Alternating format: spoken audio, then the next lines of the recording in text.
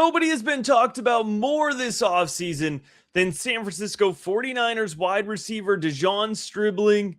I'm going to be looking at his realistic seasonal projection, starting with a full recap of his tape evaluation, production profile, and then putting him in the context of the 49ers offense. I'm also going to touch on his teammate, running back Kaelon Black, who I think is getting lost in this discussion. Let's go ahead and let's get into it. All right, starting here with Dejon Stribling. I enjoyed his tape. So much emphasis, so much focus has been around whether or not he deserved early second round draft capital. The bottom line is he did get early second round draft capital. And I can tell you that going back to November, this is somebody that NFL draft folks were telling me, you've got to watch his tape. You've got to pay attention to it. So that's absolutely what I did. And when I watched his tape, you saw a player who wins with a first step.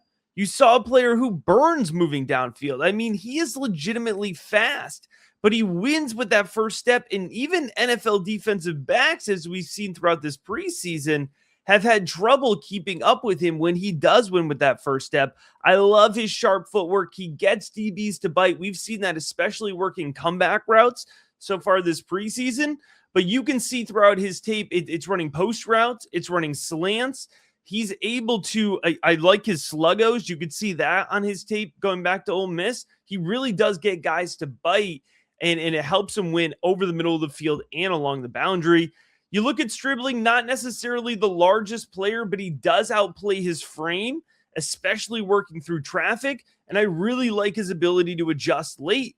I think one of the reasons we had hesitations about Stribling at Ole Miss was just the fact that he ran a very basic route tree, but that's not atypical of the Lane Kiffin offensive scheme. So Stribling was able to execute in his final season at Ole Miss what he was asked to do. 2,900 career receiving yards, 23 career receiving touchdowns. Stribling was a productive college wide receiver, despite the fact he did spend 4 seasons there. So you would expect some level of production. Just a 4% drop rate, 63% catch rate. Those are good numbers in the context of an offense that, doesn't always have leading quarterback play. The hype this offseason through camp, through OTAs, has been outstanding. The San Francisco beat has been hyping him up, and this preseason action has only built into that. He's caught 11 of his 13 targets, running routes 92% of the time, 10 yards per reception, which is interesting for Stribling here. 63% of his snaps are out of the slot here. So that gives you an idea of how San Francisco wants to use him, and we will consider that in the overall context here of the 49ers passing game. Kaelon Black out of Indiana was actually one of my favorite running backs to watch leading up to the draft. I had him identified as a sleeper, and relative to the overall weak running back class here, I thought he had a good landing spot. He was high up in the rookie big board draft guide. I liked him a lot. You go back, you watch his tape. He is explosive off the snap, and he shoots gaps with conviction. He's playing with good size, 5'9", 208. He wins with a low center of gravity, wins leverage consistently. And at the Big Ten level, again, playing for Indiana, overpowered front 7 defenders pretty consistently. I love his ability to see space, shoot space, hits open gaps. He's aggressive. And one thing that's not talked about enough when considering the value of these running backs for the draft process, strong anchor, high IQ and pass protection. That's going to help him get on the field early for the 49ers. 2,600 rushing yards at the college level, 3.4 yards of contact per attempt, yards after contact per attempt. That's an awesome number, 3.4 there. And he got it done in the receiving game as well. Not mind-blowing numbers, but enough to prove that he can do it. 53 receptions, 6 receiving touchdowns. If you look at his preseason impact, he actually hasn't done too much. The 49ers have actually been giving more run to Sincere McCormick, who I think has looked pretty good, second-year guy. A little bit to Khalil Herbert, because I don't think they need to see too much from Kaelon Black, but he has been taking snaps with the first team. Obviously, Christian McCaffrey not playing, but that does indicate he's the clear running back 2 for me, especially with Jordan James missing time throughout the preseason.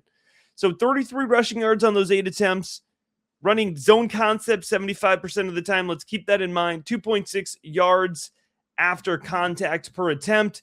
That's a nice translation there from that 3.4 at the college level. Now, to get a full grasp of this San Francisco 49ers offense, let's pop over to their team projection page here at the rookiebigboard.com. All right, folks, we are starting here talking about the wide receivers in the passing game here for the San Francisco 49ers. Again, this is over at rookiebigboard.com. I encourage you to check it out. You can see our rookie, Devy, Dynasty, CFF rankings. Check out the trade analyzer. Check out some articles breaking down the class, but that's not what we're doing right now. We are talking San Francisco 49ers wide receiver projections here. I've got Mike Evans leading the way in terms of volume still as the wide receiver 1. I do expect him to be that clear X receiver. They brought him in for a reason. Should lead the team in touchdowns, should lead the team with 110 targets, but I'm all in. Everything we're seeing from Stribling suggests that even with the addition of Deebo Samuel, that Stribling is going to be the wide receiver 2 in this offense. That's what the coaching staff is showing us. That's what the beat is telling us. And most importantly, folks, that's what our eyes are telling us. If your only reason to believe that Stribling can't be an impact player this year is because you thought he went drafted too early, then that is poor process. It's not good analysis. Did he go higher than I thought? Yes. Is he showing why he went high through the preseason? Yes. I've got him at 99 targets. That's a really rock solid rookie projection. It's certainly nowhere near the highest I've ever projected rookies. Guys who go in the first round tend to get 115, 120, sometimes 140 targets. So it's not a wicked aggressive projection. I've got him with a 65% catch rate, 64% catch rate. That's pretty solid there. 850 receiving yards, good. 6 receiving touchdowns, good. Something you need to keep in mind, I think maybe gets lost. If you look at the performance, the tendencies of the San Francisco 49ers offense, they were top 5 in passing yards last season, which means they're top 5 in receiving yards if we're talking about wide receivers, right? They ran top 10 in terms of tempo, upbeat. They run a lot of plays. They move the ball. They have a lot of targets to distribute, right? And that's what Brock Purdy is doing. He's distributing. So there's absolutely opportunity for Deebo Samuel to have 82 targets, for Stribling to have 99, Mike Evans to have 110. And by the way, these projections have been updated because it looks like George Kittle's coming back. It's not a problem for me in projecting out Stribling. Now, it's always curious here, what do we do with the running back room? And Jordan James is injured, so maybe Sincere McCormick gets worked in at the 3. We'll see how things work out.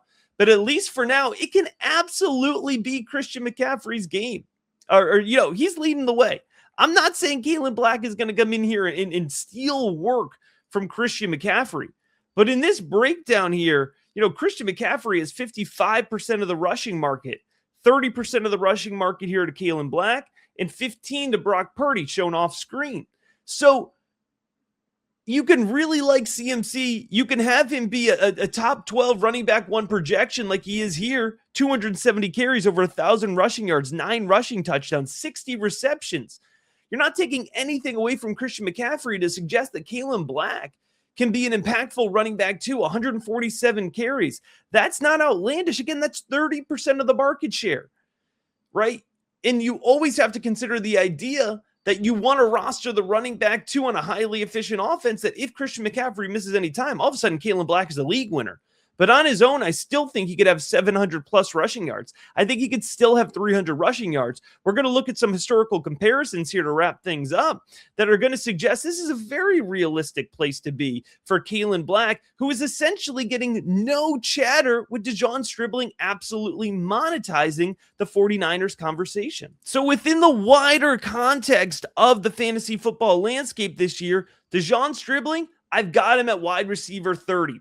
He's going to be an impact player. I absolutely see that when I'm breaking out his projections here. Again, this is tape informed. I've watched the Ole Miss tape, getting an understanding here of how this 49ers offense not only functions, but produces fantasy points. The opportunity is absolutely here.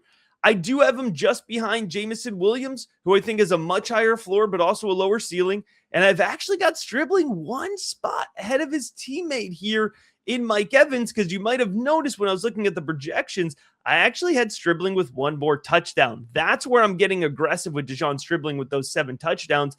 Looking for a historical comparison here for Dejon Stribling. I'm going back to 2021, and I see some Devonta Smith here in the Dejon Stribling projection. 62% catch rate here. That lines up pretty good with Stribling, who I've got at a little bit higher there at 65% catch rate.